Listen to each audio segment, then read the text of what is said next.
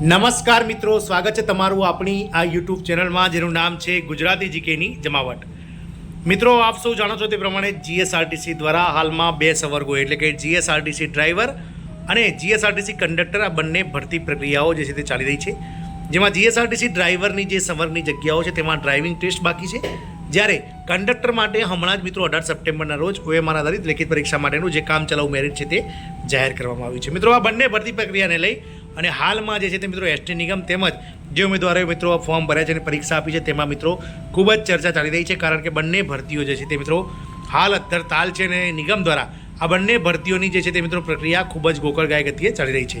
આજના વિડીયોમાં વિગતવાર જાણીએ કે શું છે મિત્રો બંને ભરતીઓને લઈ અને મિત્રો નિગમ દ્વારા જે મહત્વની વાત કરવામાં આવી છે તે અને આ બંને ભરતીઓને લઈ અને શું ચર્ચાઓ ચાલી રહી છે તેના વિશે આજના વિડીયોમાં વિગતવાર ચર્ચા કરીએ. તો વિડીયોના અંત સુધી આપ બન્યા રહો અને જો ચેનલમાં તમે નવા હશો તો અમારી ચેનલને તમે લાઇક કરી શેર કરજો અને સાથે જ મિત્રો બાજુમાં રહેલું બેલ આઇકોન દબાવી દેજો, જેથી કરીને ચેનલ પર મૂકવામાં આવતા વિવિધ ભરતીઓના નોટિફિકેશન, ભરતીઓના પરિણામ, જીકેના વિડીયોઝ અને સરકારી કર્મચારી પેન્શનર યોજનાઓને લગતા પરિપત્રો તમને સરળતાથી ચેનલના માધ્યમથી ઉપલબ્ધ થઈ જાય. તો મિત્રો, આજકાલ એસટીમાં ડ્રાઈવર કંડક્ટરોની જે ભરતીની પ્રક્રિયાની કાર્યવાહી ચાલી રહી છે તે બંને ભરતીની પ્રક્રિયાઓ ચર્ચાના ચકડોળે ચડી છે, કારણ કે ડ્રાઈવરોની હેતુલક્ષી પરીક્ષા ગત 28 જાન્યુઆરી 2024ના રોજ લેવાઈ ગઈ છે અને તમામ ઉમેદવારો કે જેઓ 16,000 કરતાં વધારે ઉમેદવારો જેમણે પરીક્ષા આપી છે તમામના જે લેખિત પરીક્ષાના માર્ક્સ છે તે પણ મિત્રો ગત 7 જૂનના રોજ જાહેર કરી દેવામાં આવ્યા છે.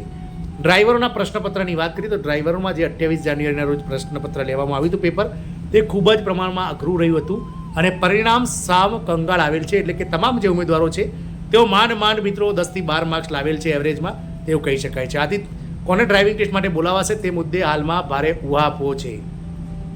મધ્યસ્થ યંત્રાલય નરોડા એટલે કે સેન્ટ્રલ વર્કશોપ યાર્ડ નરોડા ખાતે ડ્રાઇવિંગ ટેસ્ટ માટે તૈયાર થઈ રહેલ અદ્યતન કોમ્પ્યુટરાઇઝ ડ્રાઇવિંગ ટેસ્ટિંગ સેન્ટર ગોકળગાયની ગતિએ ચાલી રહ્યું છે. એટલે કે આપણે અગાઉ વાત કરી વિડીયોમાં તે પ્રમાણે હાલ મિત્રો આ ડ્રાઇવિંગ ટ્રેક જે છે તે ઓટોમેટિક જે ડ્રાઇવિંગ ટેસ્ટ છે તે પૂર્ણતાના આરે છે. આથી ટેસ્ટ ક્યારે લેવાશે તે માટે કહી શકાય તે શક્ય નથી.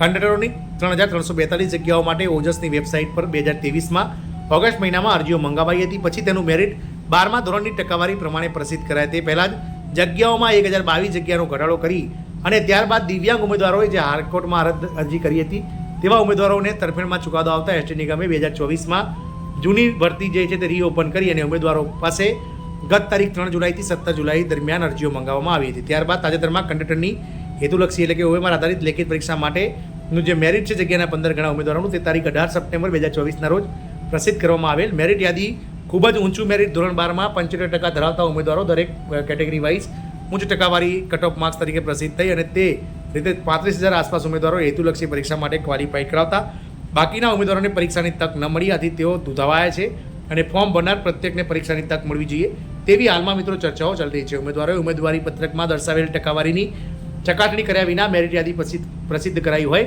ઊંચી ટકાવારી ધરાવતા મેરિટ યાદી તૈયાર થઈ ગઈ છે. આથી માર્કશીટ ચકાસી મેરિટ યાદી બનાવવાની માંગણી ઉઠેલ છે. આથી કાનૂની દાવપેચ અને આવેદનપત્રો અને રૂબરૂ રજૂઆતોનો દોર શરૂ થયો છે.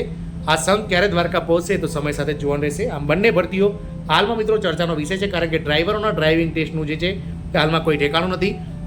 સાથે જ જે કંડક્ટરોનું મેરિટ જે બહાર પાડવામાં આવ્યું છે તે કટઅપ ખૂબ જ ઊંચું રહેતા મિત્રો જે ઉમેદવારો છે તેમાં મિત્રો ઉહાપોહ ચાલી રહ્યો છે અને હાલમાં ઉમેદવારો દ્વારા હાઈકોર્ટમાં કેસ કરવાની સાથે આવેદનપત્રો આપવાની રૂબરૂ રજૂઆતો કરવાની જે છે તે શરૂઆત થઈ ગઈ છે. સમય જતાં એવું લાગી રહ્યું છે કે બંને ભરતીઓ ફરીથી મિત્રો કાયદાના પેચમાં ના ફસાય તો સારું.